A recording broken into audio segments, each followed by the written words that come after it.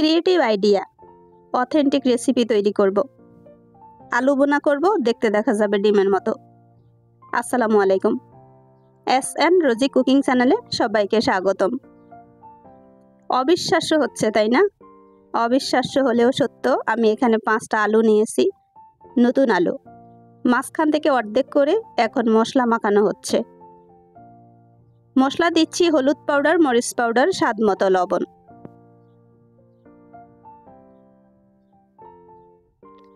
চুলার মধ্যে একটা ফ্যানে তেল বসিয়ে দিয়েছি, একদম টাটকা গরম হয়ে গিয়েছে। এখন দিয়ে দিচ্ছি আলু। সবগুলো আলুকে বসিয়ে দিয়েছি। এখন এক পাশ হলে অন্য পাশটা উল্টে পাল্টে ভেজে নেব। এটা কি আলু না ডিম? ভালো করে একটু দেখুন, এটাও কিন্তু আলু।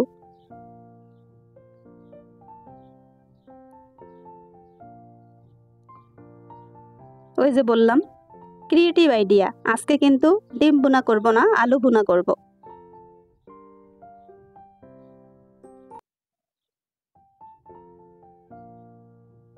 আলুটার এক পাশ যখন হয়ে গিয়েছে, অন্য পাশটা উল্টে একদম ঠিক হালকা করে এরকম লাল করে নিয়েছি। এখন তুলে নিচ্ছি।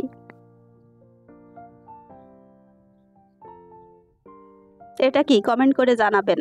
এটাও কিন্তু আলু।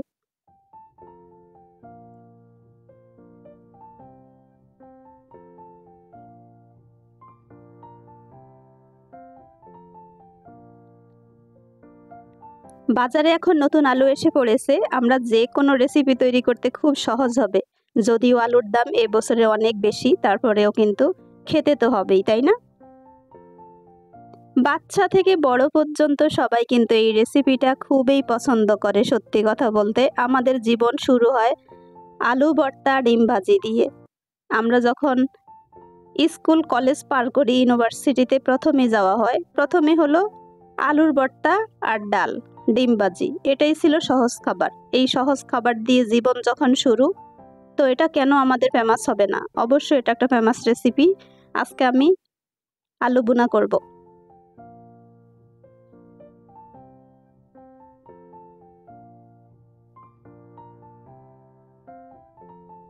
বলেন দেখি এখন এগুলো কি ভাজা হয়েছে? আলু যেই কড়াইতে ভেজেছিলাম, সেই কড়াইতে অল্প একটু তেল ছিল। সেই তেলের মধ্যে পেঁয়াজ আর কাঁচামরিচ কুচি দিয়ে এখন ভেজে নেওয়া হচ্ছে। আমি যদিও এই কড়াইতে রান্না করব না, জাস্ট হচ্ছে তেলটুকু কাজে লাগানোর জন্য পেঁয়াজ কাঁচামরিচ দিয়ে ভেজে নেওয়া হচ্ছে। এখন একটু মশলা উপকরণ দিয়ে দেই। যেহেতু আলুর দম, আলু ভুনা করব, আলুর মধ্যে একটু বেশি করে মশলা দিয়ে মাংসের স্বাদে সেই আলু ভুনা হচ্ছে। মশলা দিয়েছি জিরা পাউডার, হলুদ পাউডার, মরিচ পাউডার, 1 চিমটি লবণ।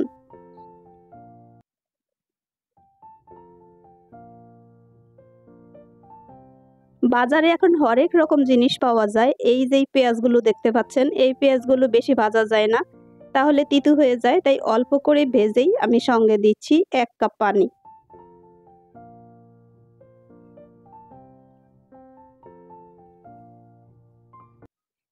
এক কাপ পানি দিয়ে একদম নেড়ে চেড়ে পানিটা এখন দিয়ে দিব সেই আলুর সঙ্গে।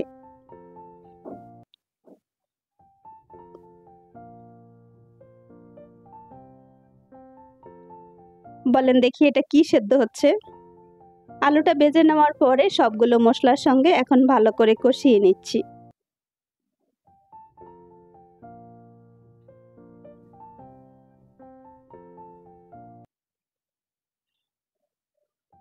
এরকম একটা খাবার কে কে পছন্দ করেন, একটা কমেন্ট করে যাবেন।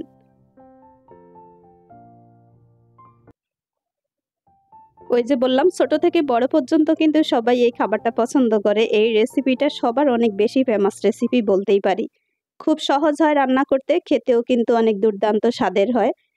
সর্বশেষে দেখতেই পাচ্ছেন আমার রান্নাটা কমপ্লিট হয়ে গিয়েছে। এখন উপর থেকে একটু ধনিয়া পাতা কুচি দিয়ে ধুমধাম করে রান্না করা শেষ।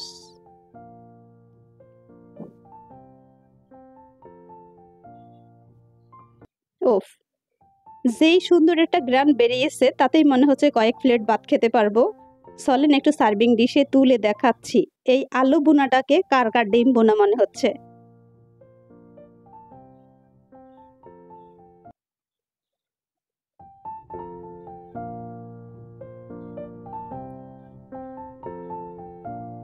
এই খাবারটা রুটি, পরোটা, ভাত সব কিছুর সঙ্গে কিন্তু যায়। খাবারটা কিন্তু দুর্দান্ত স্বাদের হয়, তাই আমরা পরোটা, রুটি, লুচি যেই কোনো কিছুর সঙ্গে এটা খুব মজা করে খেতে পারি।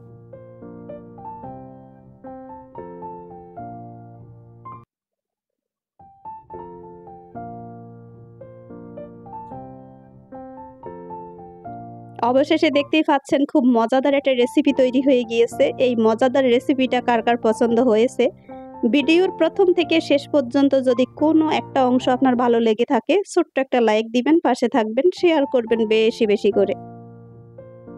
চ্যানেলটা সাবস্ক্রাইব করে রাখতে পারেন। যারা এই কাজটা করে ফেলেছেন তাদেরকে অসংখ্য ধন্যবাদ। আর আমার নিত্য নতুন রেসিপি পেতে আমাকে একটু কমেন্ট করে উৎসাহিত করবেন এবং বেশি বেশি করে ফ্রেন্ড সার্কেলের সঙ্গে ভিডিওটা শেয়ার করবেন। সবাই একটু আনন্দ করার জন্য আজকে এই মজা করে রেসিপি তৈরি করেছি। আসলে হচ্ছে ডিম আলু ভুনা। এটা হচ্ছে আমাদের অনেক মজার একটা খাবার, সবাই অনেক বেশি পছন্দ করে।